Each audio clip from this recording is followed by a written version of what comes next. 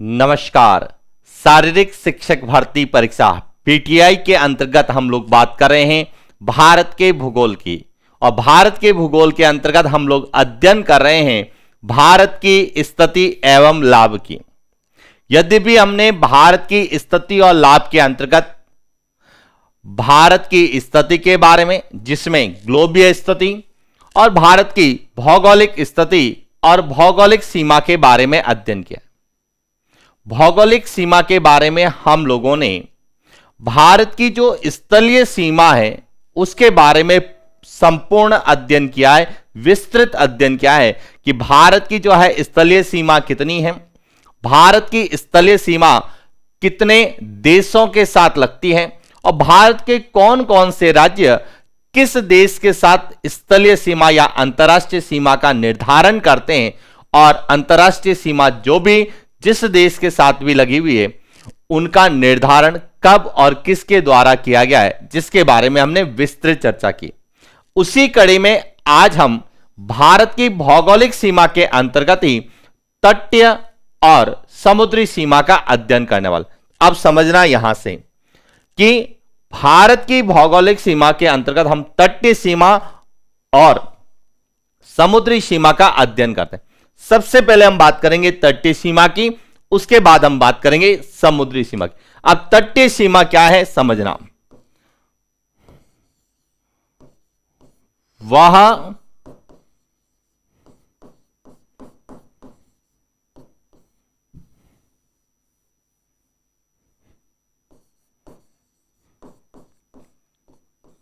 स्थल भाग जो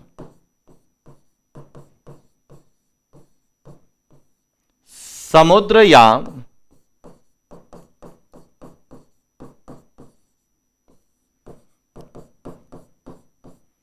सागरीय सतह से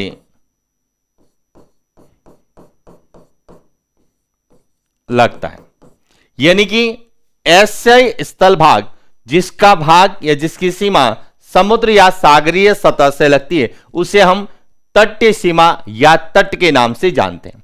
अब भारत की यदि हम बात करते हैं तो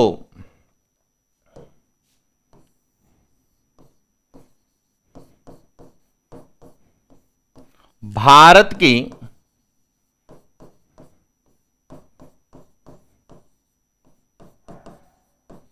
कुल तटीय सीमा 7516.5 किलोमीटर, जिसको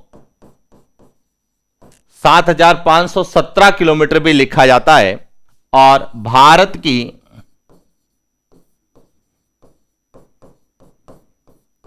मुख्य भूमि की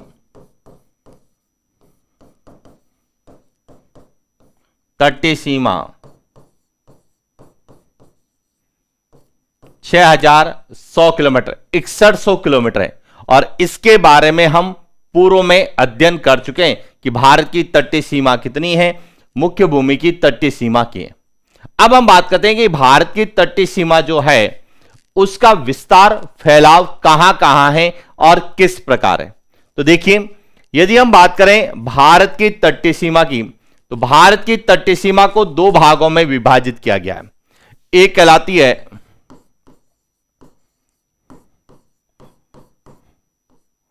पश्चिमी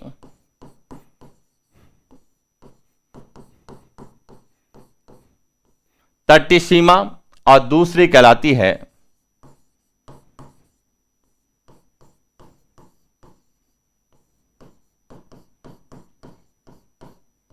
पूर्वी तटीय सीमा। अब जो पश्चिमी तटीय सीमा है यह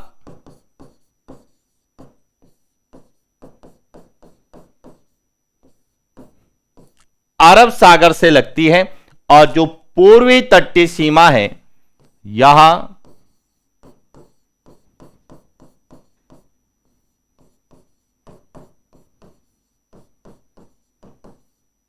बंगाल की खाड़ी से, बे ऑफ बंगाल से लगती है।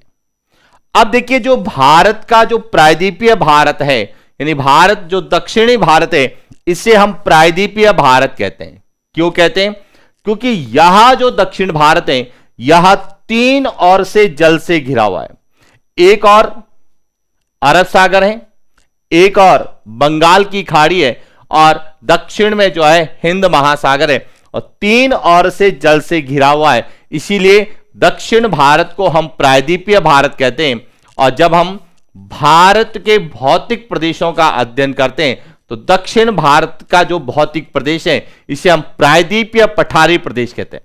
तो अब आपको यहां से प्रायद्वीप के बारे में पता होना चाहिए कि प्रायद्वीप किसे कहते हैं और द्वीप किसे कहते हैं। बहुत सिंपल सा है।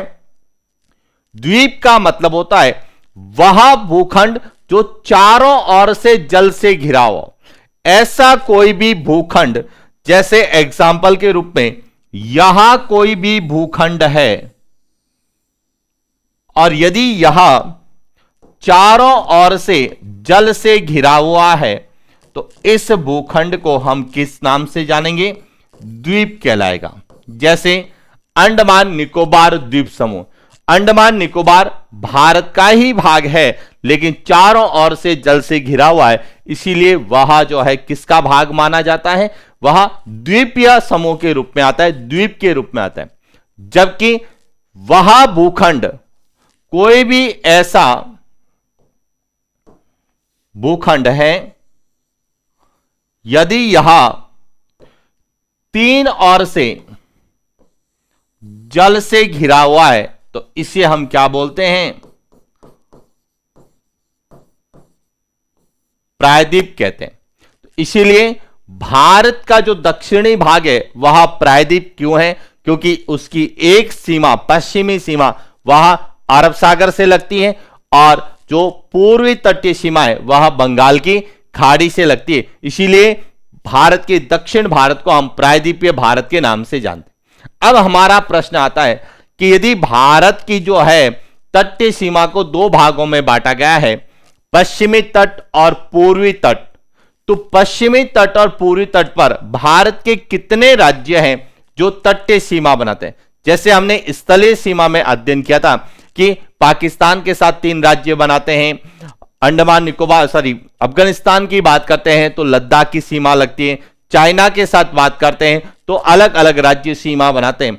उसी प्रकार से अरब सागर के साथ कौन कौन से राज्य सीमा बनाएंगे और बंगाल की खाड़ी के साथ कौन कौन से राज्य तटीय सीमा का निर्धारण करते हैं, जो हमें एग्जाम में बहुत बार पूछा जाता है। तो हम बात करेंगे भारत के तटीय राज्यों के बारे में कि भारत के तटीय राज्य कितने हैं, उसमें से पश्चिमी तट पर यानी अरब सागर के साथ कितने बनाते हैं और पूर्वी तट पर यानी कि बंगाल की खाड़ी के साथ कितनी तटीय सीमा का निर्धारण करते हैं। तो देखिए, इसको समझना है। यहां जो आपको भारत का मानचित्र दिख रहा है कि भारत के तटीय राज्य, अब देखिए सबसे पहले तो भारत के तटीय राज्यों को 2 भागों में बांटा गया है। कितने भागों में? 2 भागों में। एक कहलाते हैं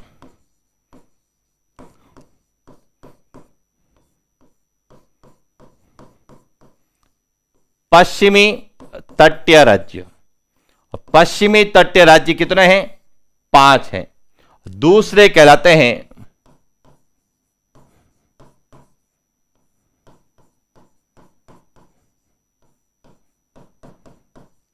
पूर्वी तटीय राज्य। यहां कितने हैं?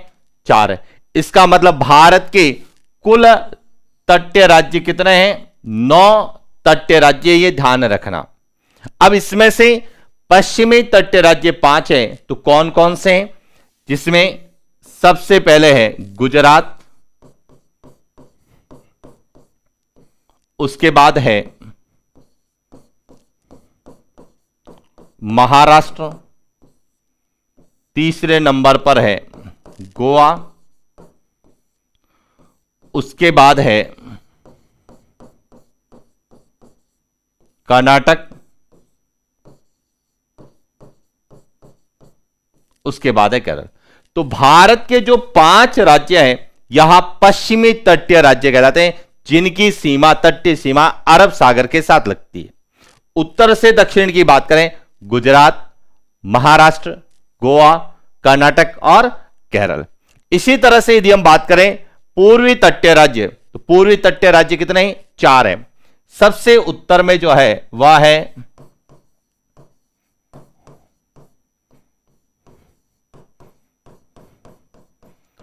पश्चिम बंगाल, उसके बाद है ओडिशा,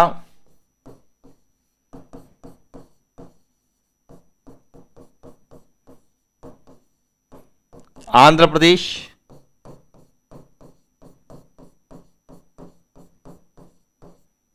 और तमिलनाडु। यहां जो 4 राज्य है, यहां पूर्वी तटीय राज्य, इनकी सीमा बंगाल की खाड़ी के साथ लगती है। अब प्रश्न आता है कि भारत का सर्वाधिक तटीय सीमा बनाने वाला राज्य कौन सा है। अब देखिए, भारत का जो है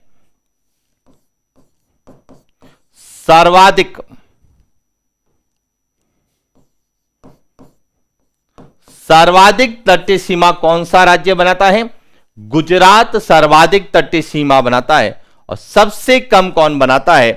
तो सबसे कम जो है वह न्यूनतम बनाता है, गोवा बनाता है। यानी कि गोवा क्षेत्रफल की दृष्टि से भारत का सबसे छोटा राज्य है और सबसे कम न्यूनतम तटीय सीमा बनाने वाला भी राज्य। लेकिन सामान्यतः हमें प्रश्न पूछा जाता है कि दूसरा न्यूनतम तटीय सीमा या दूसरा सर्वाधिक तटीय सीमा बनाने वाले राज्य कौन से? तो देखिए, यदि हम बात करें दूसरा सर्वाधिक तटीय सीमा बनाता है आंध्र प्रदेश, और दूसरा न्यूनतम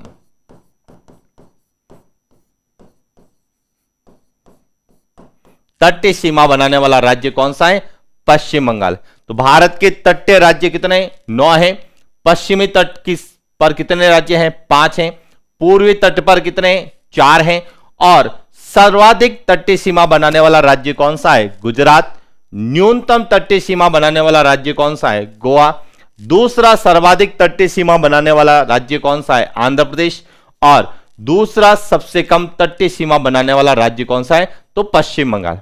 लेकिन जब आप किताबों का अध्ययन करते हैं या नोट्स पढ़ते हैं या अन्य किसी भी माध्यम से अध्ययन करते हैं, तो जब आप तटीय सीमाओं के बारे में, तटीय राज्यों के बारे में पढ़ते हैं, तो वहां पे आपको कई जगह काकरापार तट लिखा हुआ मिलता है, कई जगह कोंकण तट है, कन्नड़ तट है, मालाबार तट है, कोरोमंडल तट है, उत्तरी सरकार तट है, उत्कल तट है। इस तरह के शब्द हमें देखने को मिलते।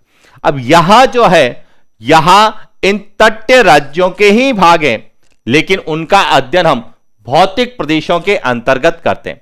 कि जब हम भौतिक प्रदेशों के बारे में डिटेल से अध्ययन करते हैं, तो हम भारत के भौतिक प्रदेशों में एक तटीय प्रदेशों का अध्ययन करते हैं। और तटीय प्रदेशों को जो है अलग अलग राज्यों के आधार पर अलग अलग श्रेणियों में विभाजित किया गया है, जिसमें से मालाबार तट है, कन्नड़ तट है। तो यहां जो तटीय प्रदेश है, इसका अध्ययन हम भौतिक प्रदेशों के अंतर्गत करेंगे। यहां पर केवल हम तटीय राज्यों के बारे में बात करेंगे कि कौन से तटीय राज्य हैं या कौन से नहीं है। अब हमारा अगला जो इसमें से प्रश्न बनता है, वहां कई बार हमें तटीय राज्यों से संबंधित पूछा जाता है, लेकिन उसमें तटीय राज्यों का उल्लेख नहीं होता। कैसे समझना? प्रश्न पूछा जाता है कि निम्नलिखित में से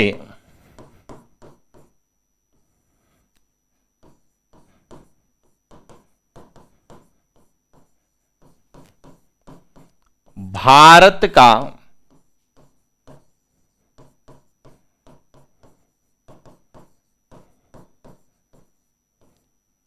स्थल अवरुद्ध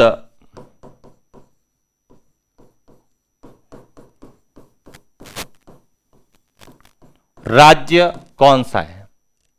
ए गोवा, बी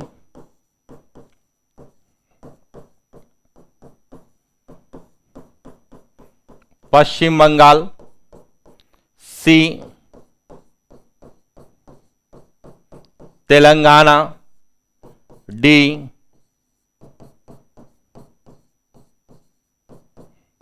ओडिशा। अब समझना प्रश्न क्या है?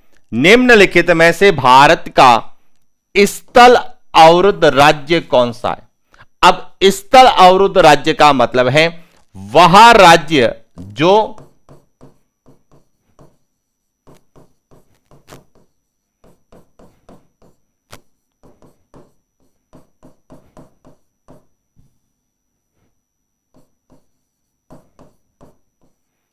स्थल भाग से गिरा है, यानी कि ऐसा राज्य जिसकी तटीय सीमा नहीं होती है, वह क्या कहलाता है? स्थल अवरुद्ध राज्य या क्षेत्र कहलाता है।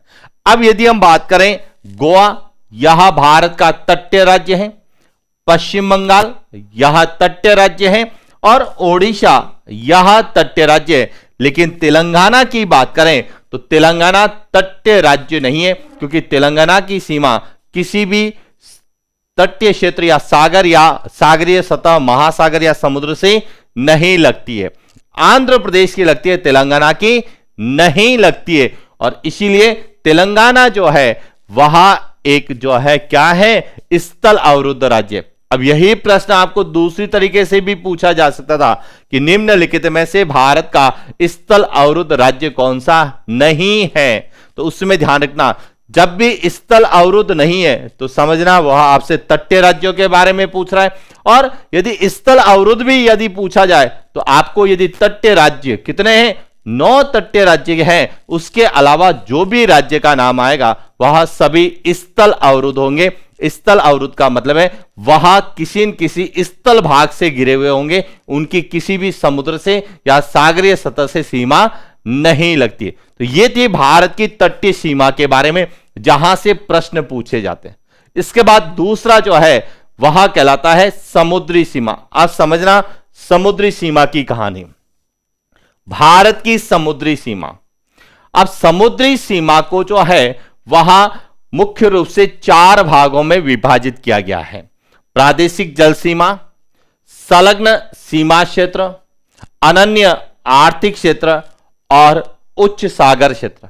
सबसे पहले तो आपको यह पता होना चाहिए कि जो समुद्री सीमा है इसका निर्धारण कब और क्यों किया गया, और उसके बाद हम एक एक के बारे में बात करेंगे कि प्रादेशिक जल सीमा क्या होती है, संलग्न सीमा क्षेत्र क्या होता है, अनन्य आर्थिक क्षेत्र क्या होता है, और उच्च सागर क्षेत्र क्या होता है। अब समझना सबसे इंपॉर्टेंट कि समुद्री सीमा का विभाजन, कि जब द्वितीय विश्व युद्ध हुआ, द्वितीय विश्व युद्ध के बाद में जितने भी सदस्य देश थे उन्होंने अपनी सामरिक शक्ति या ये कहना ना विस्तारवादी नीति के तहत जो समुद्री क्षेत्र है या समुद्री जल मार्ग है उस पर जो है अधिकार करने की होड़ लगी, और समुद्री संसाधन और जो भी समुद्री क्षेत्र थे उन पर अधिकार करने के लिए आपसी उन देशों में टकराव की स्थिति बनी।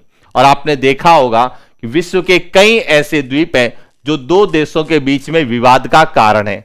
चाहे वह भारत और बांग्लादेश की बात करें तो न्यू मोर द्वीप है, इसी तरह से जापान है, रशिया है, चाइना है, अन्य कई देश हैं जिनके मध्य जो है द्वीप विवादित है। अब इस विवादित क्षेत्र या इस टकराव को रोकने के लिए उस समय आपको पता होगा द्वितीय विश्व युद्ध के बाद विश्व में शांति स्थापना करने के उद्देश्य से यूएनओ की स्थापना की गई थी। और जो संयुक्त राष्ट्र संघ की जब स्थापना की गई तो संयुक्त राष्ट्र संघ के प्रयासों से ही समुद्री क्षेत्र को लेकर सदस्य देशों में टकराव नहीं हो, इसको ध्यान में रखते हुए एक कानून बनाया गया, एक समझौता किया गया। उसे क्या नाम दिया गया? यूएन क्लोज के नाम से दिया जानते हैं। यूएन क्लोज क्या है?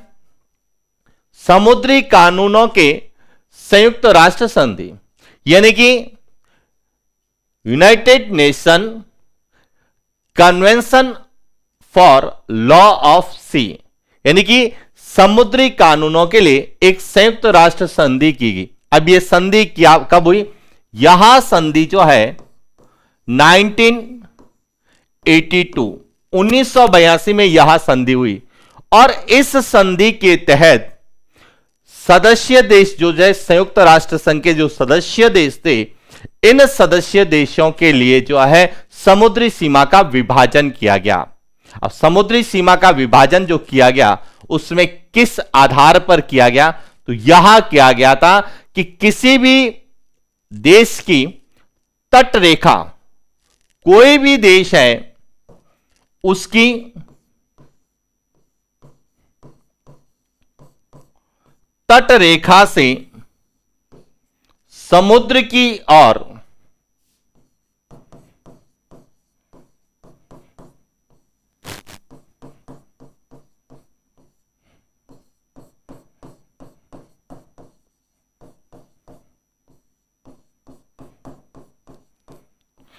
नॉटिकल मील के आधार पर जो है सीमा का निर्धारण किया गया। और एक समुद्री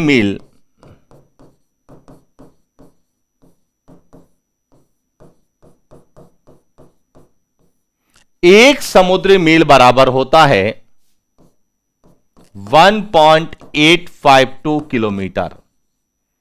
एक समुद्री मील या एक नॉटिकल मील बराबर जो है 1.852 किलोमीटर होता है। और इस तरह से इस संधि के तहत सभी देशों की समुद्री सीमा का विभाजन किया गया। यदि हम बात करें भारत की समुद्री सीमा की, तो सबसे पहले तो आपको यह पता होना चाहिए कि तट रेखा किसे कहते हैं। अब एक एक पॉइंट को समझना। यहां जो भारत का तट है, यहां तट कैसा है, यहां तट कटा फटा है। कहीं पर तट बाहर की ओर निकला हुआ है तो कहीं पर धंसा हुआ है। तो यह जो कटा फटा तट है, इस तट को जो है मिलाने वाली सीधी काल्पनिक रेखा, यहां जो रेखा आपको दिख रही है यहां कहलाती है तट रेखा। और यहां जो ब्लैक कलर में है यह है तट। कि किसी भी देश का जो तट है उसको मिलाने वाली काल्पनिक सीधी रेखा तट रेखा कहलाती है।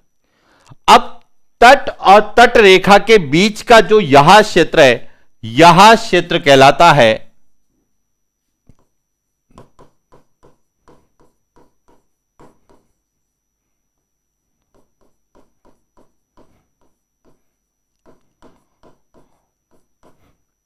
आंतरिक जल क्षेत्र। कि तट और तट रेखा के बीच का जो क्षेत्र है यह क्या कहलाता है, यह कहलाता है आंतरिक जल क्षेत्र। और आंतरिक जल क्षेत्र के अंतर्गत कौन कौन से स्थान या क्षेत्रों को शामिल किया जाता है, तो जैसे डेल्टा है,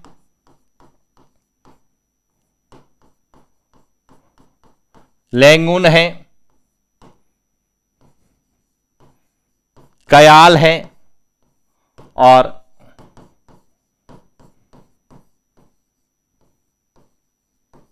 जो अपतटीय द्वीप आते हैं यह सभी जो है आंतरिक जल क्षेत्र के अंतर्गत आते हैं। तो अब यहां से हमारा प्रश्न बनता है, निम्नलिखित में से कौन सा आंतरिक जल क्षेत्र का जो है भाग है या नहीं है। तो ध्यान रखना, जो तट के समीप है डेल्टा है, कयाल है, लैंगून है, यहां तक कि एचुरी जो है जिसे हम ज्वार नद मुख कहते हैं, यहां सभी जो है आंतरिक जल क्षेत्र का भाग माने जाते हैं। यह ध्यान रखना। तो प्रश्न बन सकता है निम्न में से कौन सा आंतरिक जल क्षेत्र है या नहीं है। जैसे सुंदरवन डेल्टा हो गया, चिल्का झील हो गई, किसी भी कयाल का नाम ले सकते हैं, ज्वार नदमुख का नाम लिख सकते हैं, अपतटीय द्वीप का नाम लिख देंगे और एक लिख देंगे किसी अन्य नाम, जैसे अंडमान निकोबार द्वीप समूह। क्या अंडमान निकोबार द्वीप यहां आंतरिक जल क्षेत्र में आएगा? तो नहीं आएगा, यह ध्यान रखना। यहां जो है किसके अंतर्गत आएगा? समुद्री सीमा के अंतर्गत आएगा, आंतरिक जल क्षेत्र में शामिल नहीं होगा। अब यहां से हमारा जो प्रश्न बनता है कि इस तट रेखा से, यहां जो तट रेखा है, तट रेखा से 12 नॉटिकल मील, 12 समुद्री मील के बीच की दूरी को क्या कहा जाता है? प्रादेशिक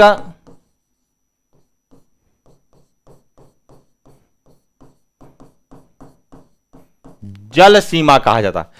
तट रेखा से कितना है 12 समुद्री मील तक की दूरी क्या कहलाती है?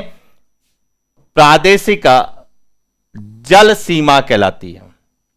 और यह जो प्रादेशिक जल सीमा है, इस पर किसी भी देश की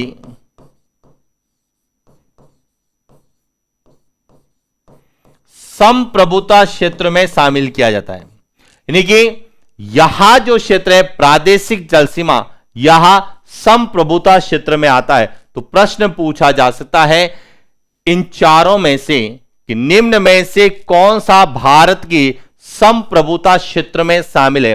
संप्रभुता का मतलब आपने समझा होगा कि जब हम भारत की प्रस्तावना का अध्ययन करते हैं तो प्रस्तावना की शुरुआत में लिखा हुआ है कि हम भारत के लोग भारत को संपूर्ण प्रभुत्व संपन्न। अब संपूर्ण प्रभुत्व संपन्न का मतलब समझे, संप्रभुता का मतलब होता है कि ऐसा क्षेत्र या ऐसा जिस पर किसी बाहरी शक्ति का या बाह्य देश का कोई भी हस्तक्षेप नहीं हो, जिस पर पूर्ण रूप से उसी देश का अधिकार हो या उसके लिए जो भी कानून बनाना, नीतियां बनाना किसी अन्य देश का, संगठन का, बाह्य शक्ति का कोई भी हस्तक्षेप नहीं हो, वहां संप्रभु कहलाता है। और इसीलिए ध्यान रखना भारत का जो संप्रभु क्षेत्र है वहां प्रादेशिक जल सीमा है। यहां पर किसी तरह का यदि भारत कार्य करता है तो इस पर कोई भी बाह्य शक्ति हस्तक्षेप नहीं करती है। क्लियर हो गया? दूसरा, इस प्रादेशिक जल सीमा से 12 समुद्री मील तक की जो दूरी होती है इसे कहा जाता है संलग्न सीमा क्षेत्र।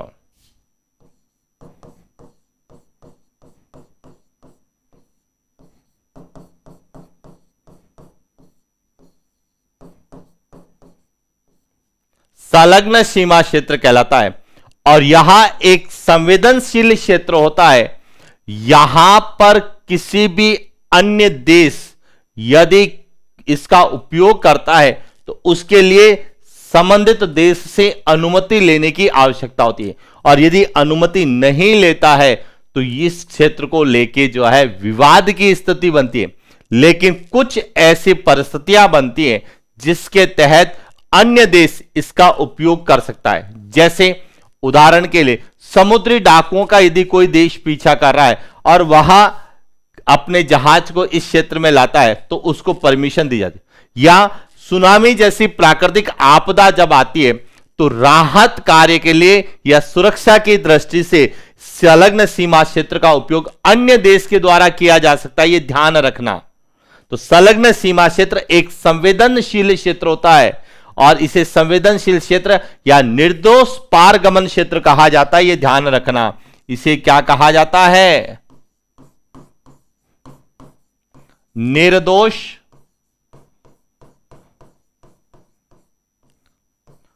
पारगमन क्षेत्र कहा जाता है। किसे कहा जाता है? संलग्न सीमा। यहां प्रादेशिक जल सीमा से कितना होता है? 12 समुद्री मील होता है। लेकिन तट रेखा से यदि हम बात करें तो तट रेखा से इसकी दूरी कितनी होती है? 24 समुद्री मील होती है। यह ध्यान रखना। इसके बाद तीसरा जो है वह आता है संलग्न सीमा क्षेत्र से 176 नॉटिकल मील की जो दूरी होती है इसे हम कहते हैं अनन्य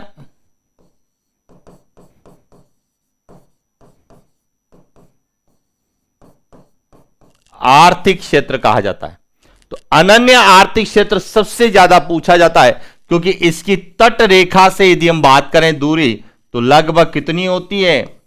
200 नॉटिकल मील होती है। 200 समुद्री मील होती है। लेकिन संलग्न सीमा क्षेत्र से यह कितनी होती है? 176 होती है। क्योंकि तट से 200 है तो 200 में से 124 यदि हम घटा दें तो 176 नॉटिकल मील जो आती है वह अनन्य आर्थिक क्षेत्र के अंतर्गत आती है। और इस क्षेत्र में किसी भी देश को जो है अनुसंधान करने, जैव विविधता संरक्षण करने और कृत्रिम द्वीप बनाने के जो है अनुमति होती है। ये ध्यान रखना, यहां भी उस देश का ही भाग माना जाता है जिस देश की तट रेखा से इसका निर्धारण किया होगा। यहां पर वह देश अनुसंधान कार्य कर सकता है, जैव विविधता का संरक्षण कर सकता है, प्राकृतिक संसाधनों का जो है संरक्षण और दोहन कर सकता है, उनका सर्वेक्षण कर सकता है, साथ ही इस क्षेत्र में वह कृत्रिम द्वीप का जो है निर्माण भी कर सकता है सुरक्षा या सामरिक दृष्टि से। अब इसके बाद का जो क्षेत्र होता है, यानी कि अनन्य आर्थिक क्षेत्र के बाद का क्षेत्र कहलाता है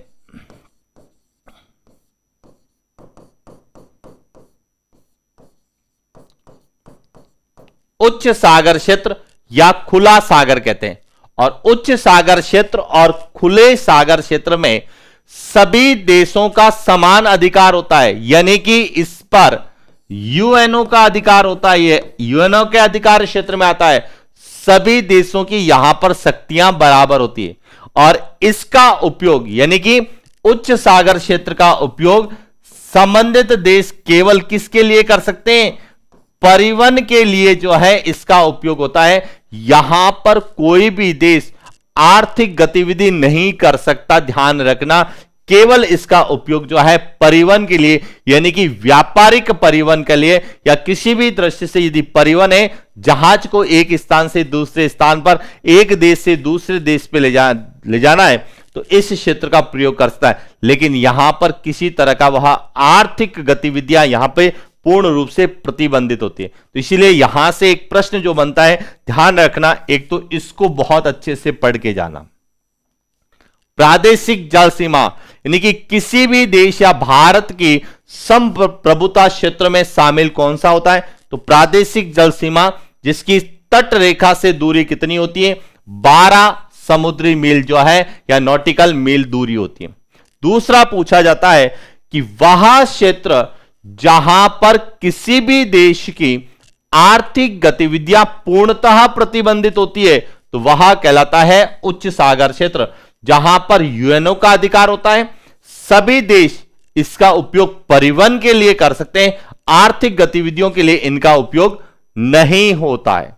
और इसके बाद एक और आपको याद रखना है कि यहां जितने भी डेल्टा है, लैंगून है, कयाल है, पच्छ जल है, अपतटीय द्वीप है, एचुरी है, ज्वार नदमुख है, यहां सब किसका भाग होते हैं?